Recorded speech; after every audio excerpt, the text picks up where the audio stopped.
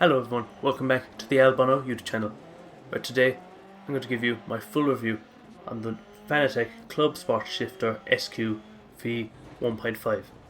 I'm going to give you my full review, my thoughts, is it worth the whopping €270 price tag? And I'm also going to tell you the biggest issue I've had with this that not only broke my gearbox but my entire sim rig. Let's get into it. Okay, so this right here is everything that comes in the box. You obviously have your gearbox, an extra knob for shifting, and the lead to connect your gearbox to the wheelbase. Now there's a few things you might have noticed. First of all, don't take any notice of the metal arm connected to the back of the gearbox. That is just what connects to my sim rig. I could not be arsed taking that off.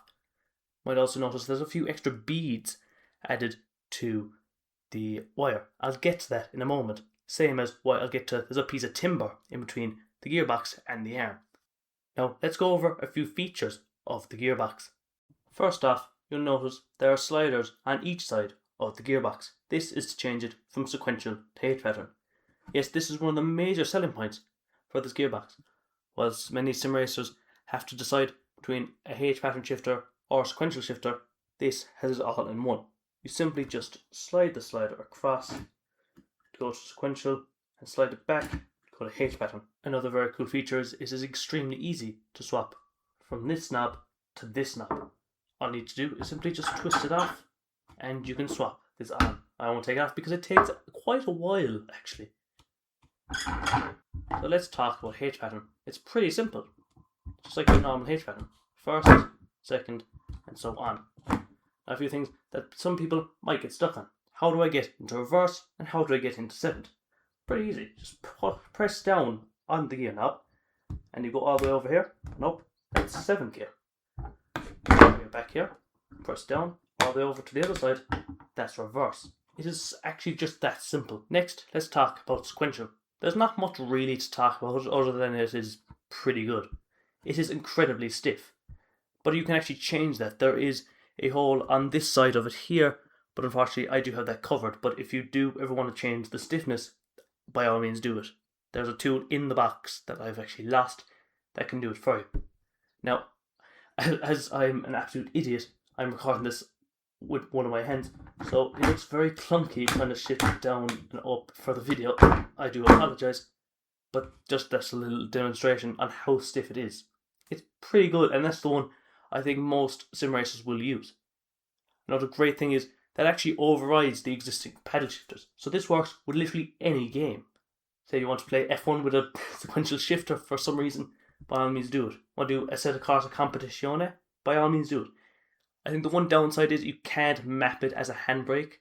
That's something, especially on Xbox, if you can't afford a normal handbrake that Fanatec make, then there's a one downside, but still I think it's really cool. Now let's go to the back door of it. I'm going to show you how to actually connect it to your wheelbase. Obviously, if you're on PC, you can just connect it directly to that, but if you're on Xbox like me, this is the only way. So it's like literally any other Fanatec device. You take one of these leads that comes with the gearbox, you just plug it in. Pretty that simple. Now take it out, just press down on it and take it out. Connect it to the other end. Again, it's the exact same connection. It's this exact same thing. You just press it, put it into the back. Now, I would show it to you, but unfortunately, as you can see over there, my wheelbase is kind of blocked by my table and monitor, so it's really awkward to show on camera. So you just have to take my word for it. Apologies in advance. So you're probably wondering, Albano, this all seems great. What could possibly be the issue? Well, it's just a tiny issue that probably won't break the game. It only just doesn't work whatsoever. Yeah, it just doesn't work. Now, this seems to just be an issue I seem to have, as I've only found like one other Reddit post with like 5 upvotes from like 2 years ago that had the exact same problem. So essentially, what happens is, whatever happens, the gearbox cancels out my pedals. It is so weird. The gearbox actually does work, but it just makes the pedals not work. Now, that's why I have these extra little beads here. These are called ferrite cores. Fanatec gear comes with them automatically. This is the one that came with it here, but the Reddit post I did find said to buy more of them, so I spent an extra 25 quid buying all these, and yeah, it just didn't work. Another thing I tried was a bit of electrical tape here, which makes it look very ugly, and that also did absolutely nothing for me. And then became this, the piece of timber in between it. This was a temporary fix. So the fix that I thought did what... Oh my god, I can't speak, apologies. This is the fix I thought would completely fix it, and it did for a short while. It turned out to be temporary, and that was such a shame. It just baffles me.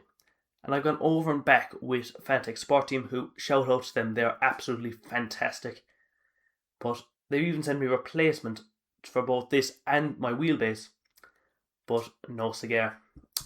I will show you a quick demonstration over in the sim. Let's go.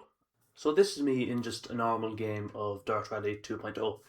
Now if we go to my options and I go to inputs, and so I just click on my accelerator, press down, see it accepts it. Now if I go to my sequential gear up and gear down, and I just press the paddle shift on my wheel, it accepts it. Now if I start, just a bit of free roam. Now if I just go into the game here, hard dive, fine. I'm having to use a sequential shifter, paddle shifter, but everything is up to code. Now this time I've got the gearbox plugged into the port in the back of my wheelbase. So let's do the exact same. I'm going to go to options and inputs.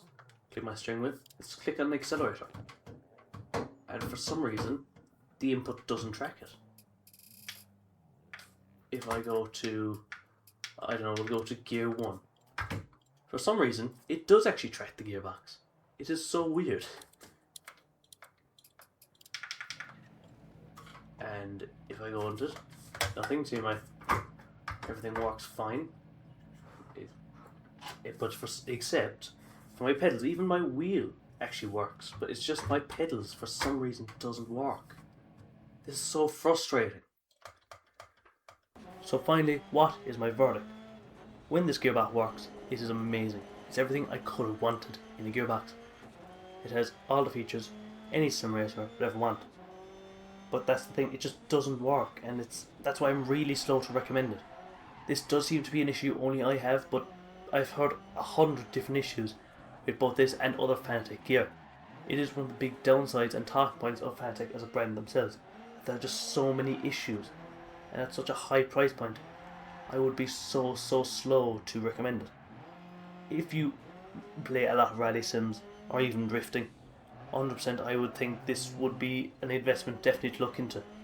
But if you're just a casual sim racer who might only play a bit of Assetto Corsa now and again, I just couldn't see myself recommending it to you. That being said, thanks so much for watching, and I hope you enjoyed my review. Goodbye.